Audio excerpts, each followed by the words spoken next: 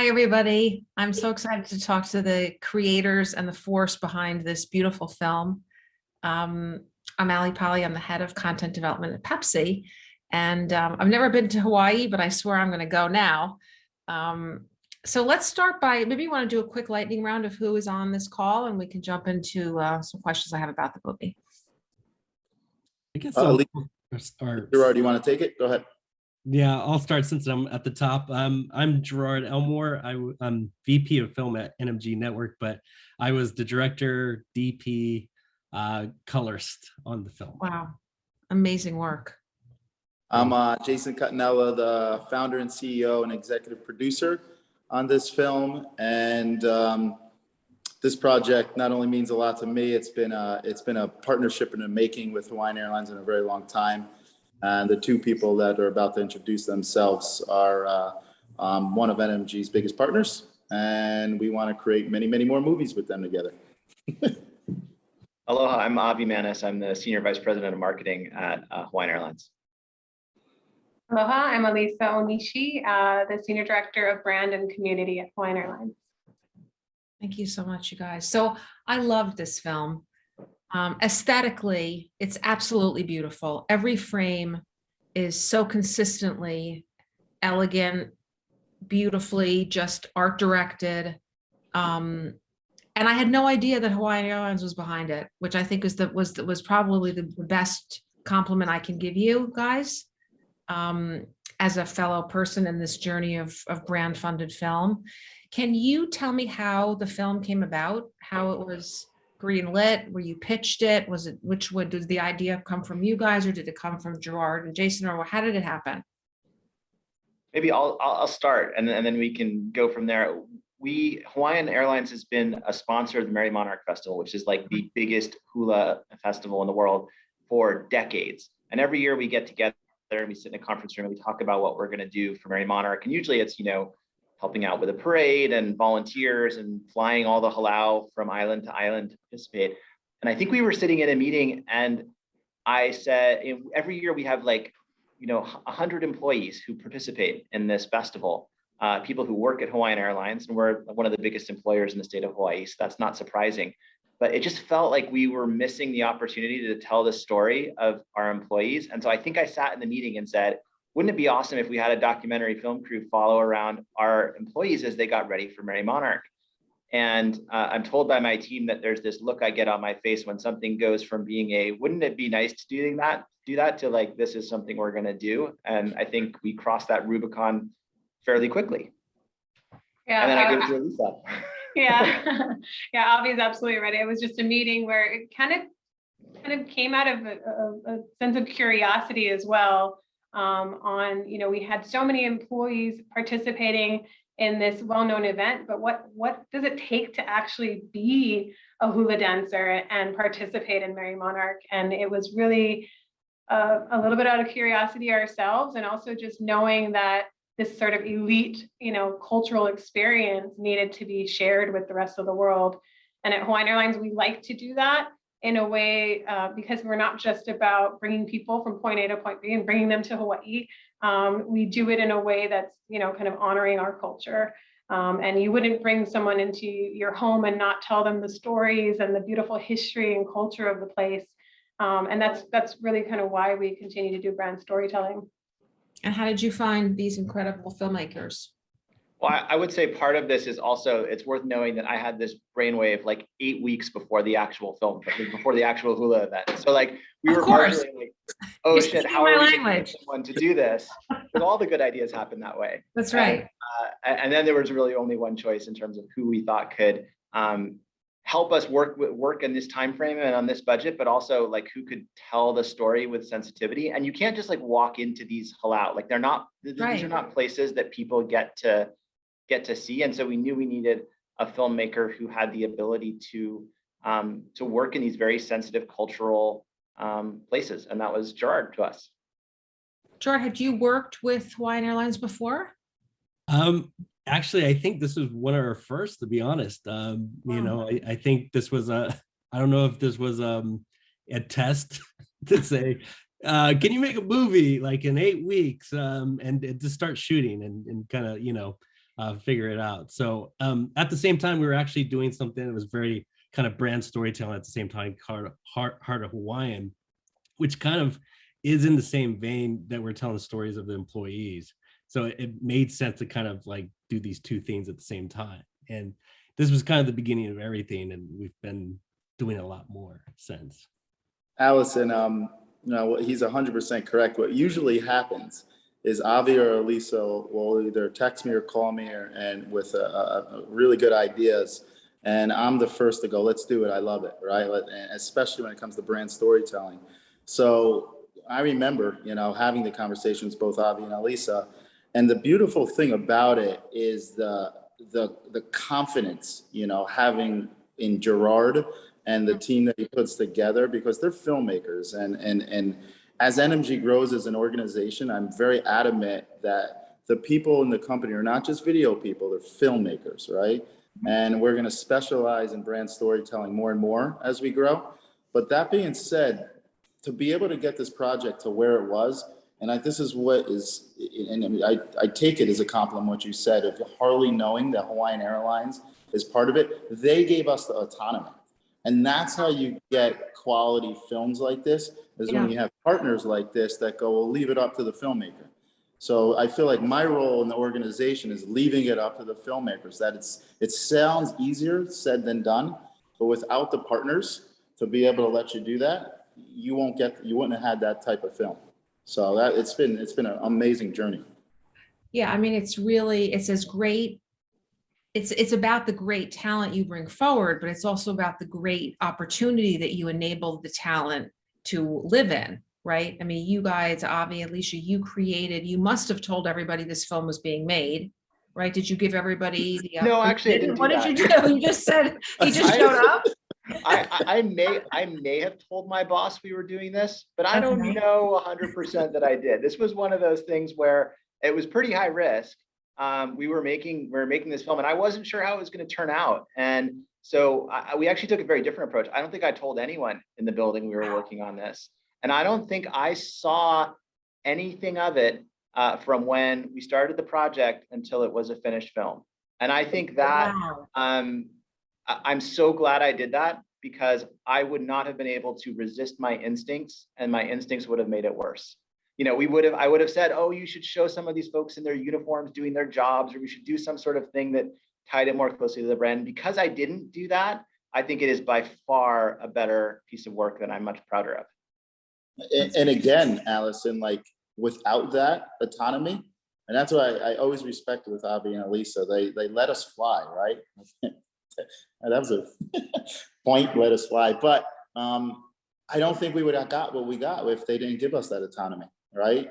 And I was like living on Gerard's back and like, how's it coming? How's it coming? What's it like? And he's like, just wait. Like I went over to the Big Island to like just see what they were doing, and to I think it was Alisa or Avi saying, to be able to get into the hālaus the way Gerard did is not easy. And Gerard, correct me if I'm wrong, you're deeply rooted now with them, you're friends with them, you talk to them on an ongoing basis. So again, I think it's the trust of partnerships that we're able to accomplish what we have here. Yeah, Alisa sort of set it up, because the other part of this that's not mentioned enough is that we need to pick the right employees, because essentially we don't mention it, but the employees are what drive the whole movie.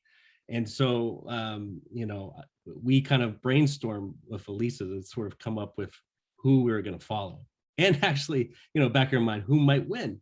I mean, winning is not a guarantee. That can't be stressed enough that this competition is very competitive, and so there's no way of guaranteeing we're going to have winners at the end of this thing. So Alisa is really a master of pinpointing the right employees that are going to tell the right stories.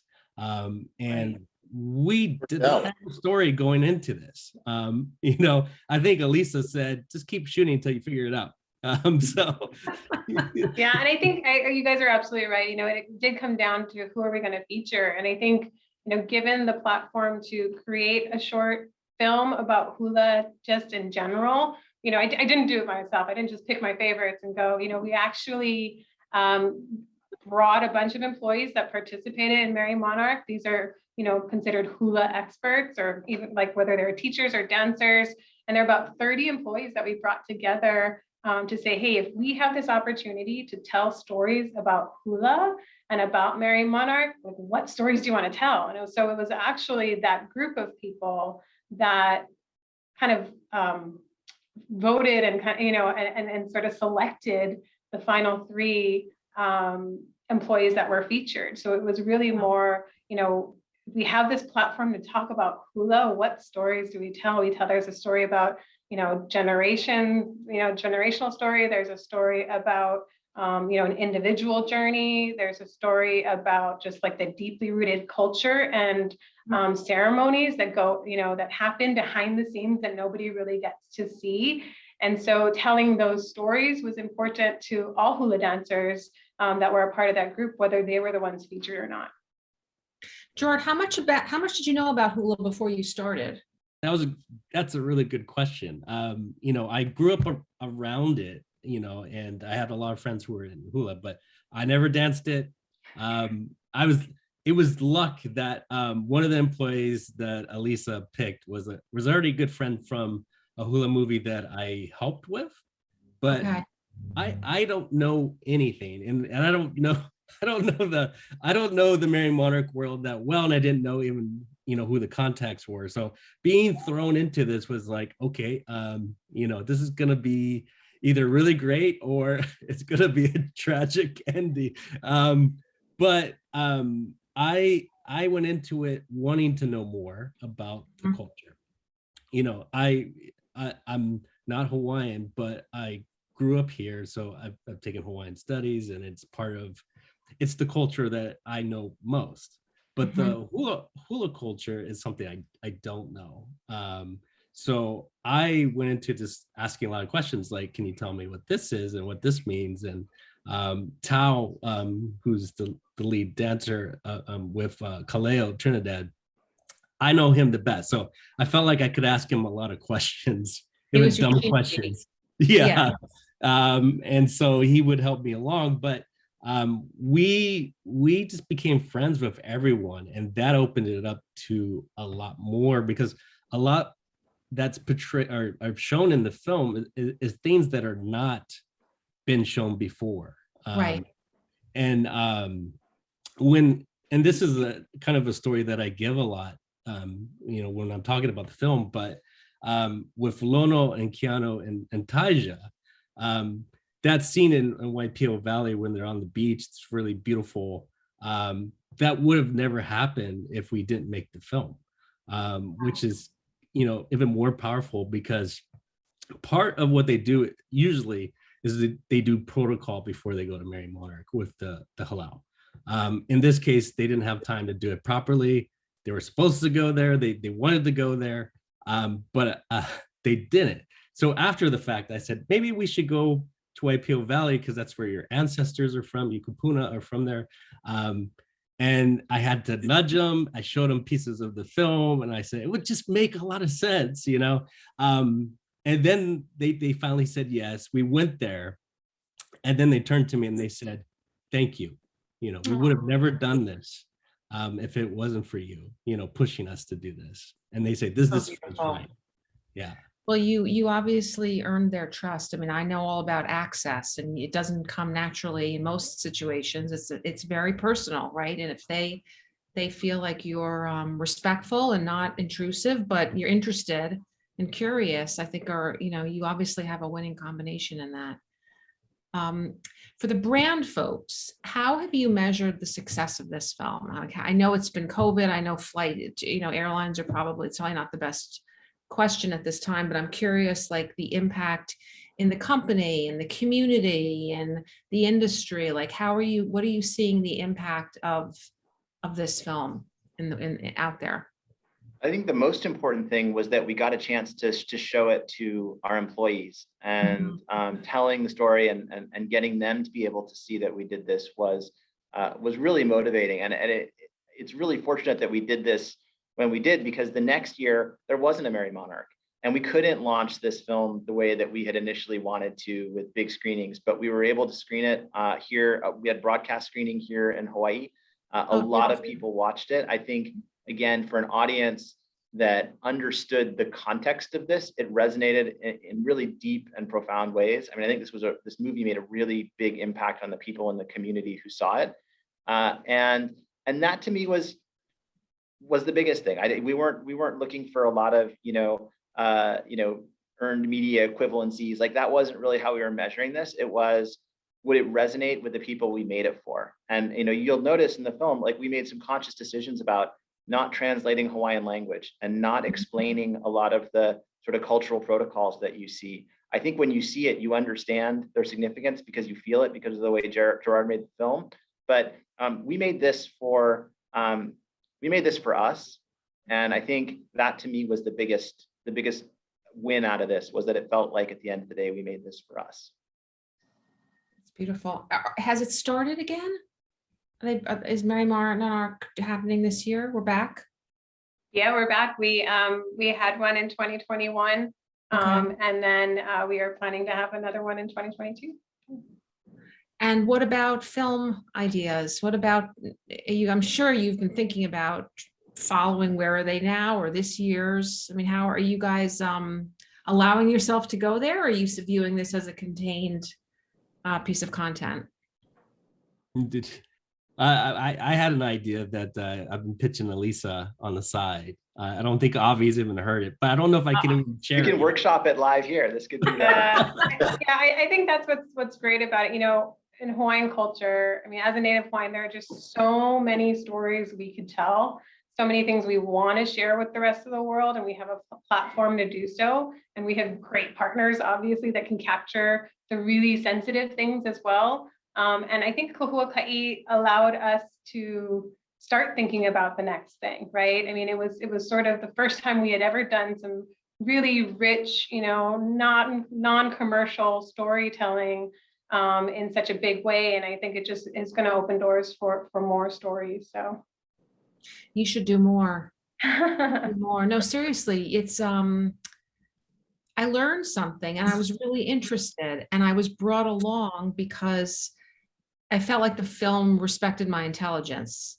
Like, you don't have to tell me everything. You don't have to spell everything out. I'm a grown-up. I can infer or just not even know.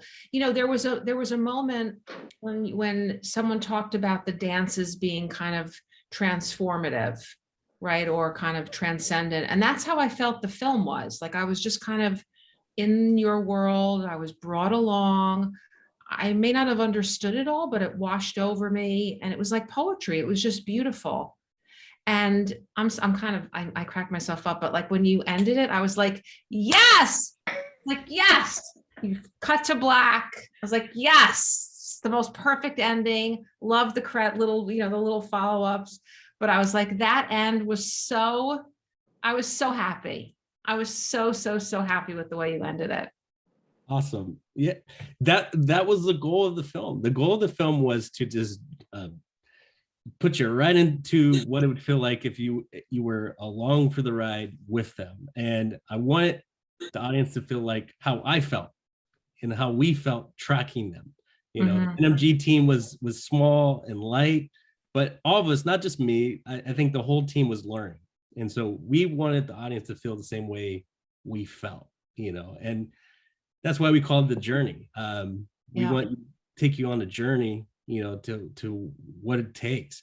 This was just 8 weeks. You can imagine. Ask you, tell me about the schedule. Yeah. What was your? Avi has the idea, doesn't tell anybody, but has the idea 8 weeks before the festival, and then what happened? Yeah, because Avi gets the idea, then Elisa's like, oh crap, we gotta, because Elisa's gotta pull it off, right? So, and Elisa's a master of making things happen. So, because I'm like drilling her, like, I need to know who it is, because we need to start shooting like now. Because the prep is way longer than 8 months. There's a lot more that's not in the film that we did capture. but the schedule was insane and the crew was very small. We're talking like 3 people. You know, so the schedule, the way we schedule things was all guesswork and luck, because I had to talk to all the hālau and say, okay, what are you doing? And I made a chart and I was like, okay, so what probably is going to be the best things to get? So when we're actually in Hilo, we're literally driving from each base. Wow. And guessing one unit. It was just one you guys. unit. That's One right. unit. We just didn't have the resources to do multiple units. I wanted to do multiple units, but I was like, we just can't do it. So You know what though, Gerard? Like, I know that trust me, I saw you and we talked, but being one unit, I don't think the film would have been what it is if it wasn't one unit. You were so engulfed into each hālau. That's why I think this story again is where it is today, because it wasn't.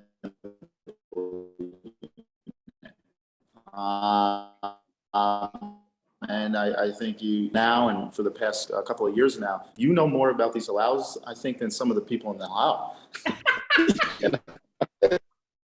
I talked to him. I talked to him a lot. I email him each time we get into a festival or what's next, and they appreciate it. And you know, I just contributed to their Merrie Monarch campaign this year. So that's part of the process, which is like you want to become friends because you know they're just great human beings who are perpetuating their culture. And I said it many times, they're the all-stars of Hawaiian culture. Like they're the all-stars of the hula world. So they are awesome human beings. And each group, even though they're very different in style, they echo the same sentiment. So it was beautiful to see. And you see it in the film. But yeah, that schedule was guesswork and just thinking of what was going to happen. And some was very spur of the moment. We weren't allowed to shoot at Merrie Monarch, which is kind of like the big thing we said up front. Alisa said, probably not going to happen. So the workaround was what we did, which is shooting the performance in their environment, which actually worked out beautifully because that's what the dance is about.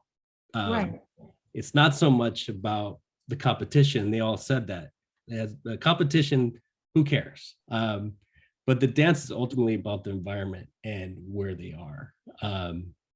And so we're able to be loose on that, but we had very spur of the moment things like what people don't know is Kaleo's group, Kaleo Trinidad's group, once they finish Merrie Monarch, they clean out their locker that night, and we're talking it's like midnight.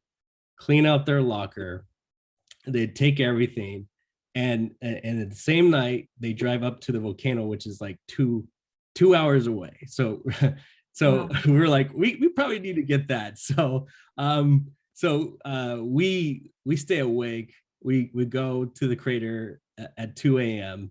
and we capture that protocol that's in the film of them throwing the lei into the crater. You know, and then right after that we go straight to the airport like 5 a.m. and you know that's not planned. That's just like you're along for what goes on. Yeah. And to Jason's point, we're invested. You know, there's a point where you know you kind of like you budget out something and you're like you throw that out the window and you say nope, we're just gonna do what we need to do to tell the story, you know, and that's what we did.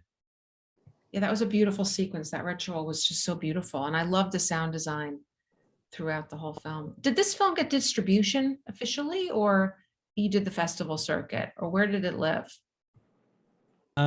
It's been on the festival circuit. We've been going to a number of festivals internationally. Right. Tahiti was in competition, and it was at the Hawaii International Film Festival and a few others, including Los Angeles Asian Pacific Film Festival. Which is a really good one. We are talking about distribution at the moment, so that's something I have to do right after this call. Good. It's something really cool. Good. I won't say just now until we make sure we get it all buttoned up. Yeah.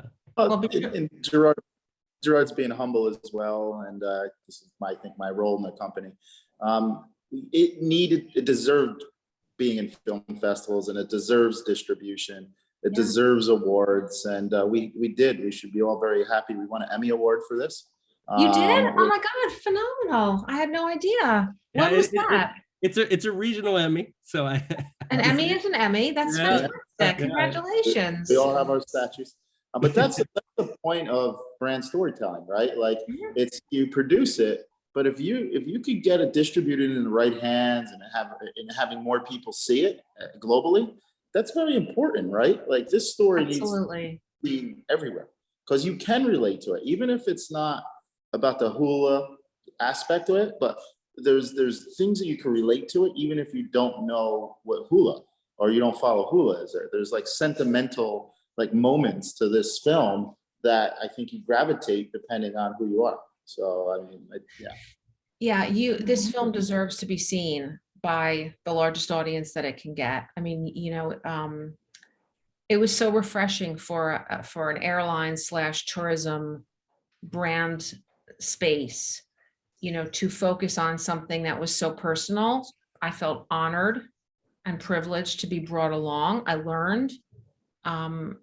It's beautiful, and I was so excited at the end that it was Hawaiian Airlines, because I was like, "You're kidding! Like this is so fabulous."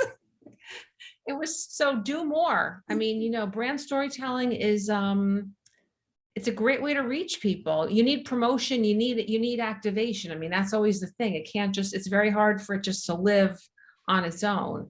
But a great partner who can push it out, or fans of the airline who can promote it and tweet it and post about it and behind the scenes or whatever you guys can do, get it out there.